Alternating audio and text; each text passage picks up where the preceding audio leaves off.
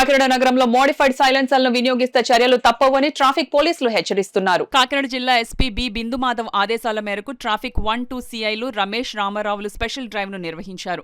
ఈ డ్రైవ్ లో మొత్తం 20 ద్విచక్ర వాహనాలను స్వాధీనం చేసుకుని వాటిని ఎస్పీ కార్యాలయం సమీపంలో గల పెరేడ్ గ్రౌండ్ కు తరలించి సైలెన్సర్లు తొలగించారు. ద్విచక్ర వాహనదారులకు సిఐలు ట్రాఫిక్ రూల్స్ పై అవగాహన కల్పించారు.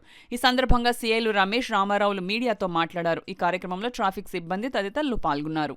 బిందుమాధవ్ గారి ఆదేశాలు, ఎస్పీ గారి ఆదేశాల ప్రకారం, అలాగే ఏఎస్పీ గారి ఆదేశాల ప్రకారం మేము ఇలా స్పెషల్ డ్రైవ్స్ కండక్ట్ చేస్తున్నాము.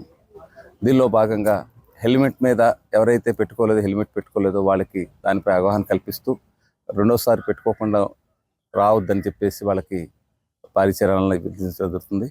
అంతేకాకుండా triple riding, cell phone driving కూడా చేయొద్దని చెప్తున్నాము.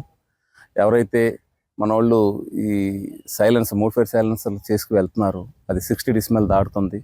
జనాలు భయభ్రాంతులకు గురవుతున్నారు. దానివల్ల మీ ఇంట్లో ఉన్నటువంటి ఫ్యామిలీని తిడతారు, వాళ్ళు పక్కన వాళ్ళ భయభ్రాంతులకు గురి. అది గమనించాల్సిందిగా కోరుతూ ట్రాఫిక్ రూల్స్ పాటించండి, సురక్షిత గమ్యాన్ని చేరండి.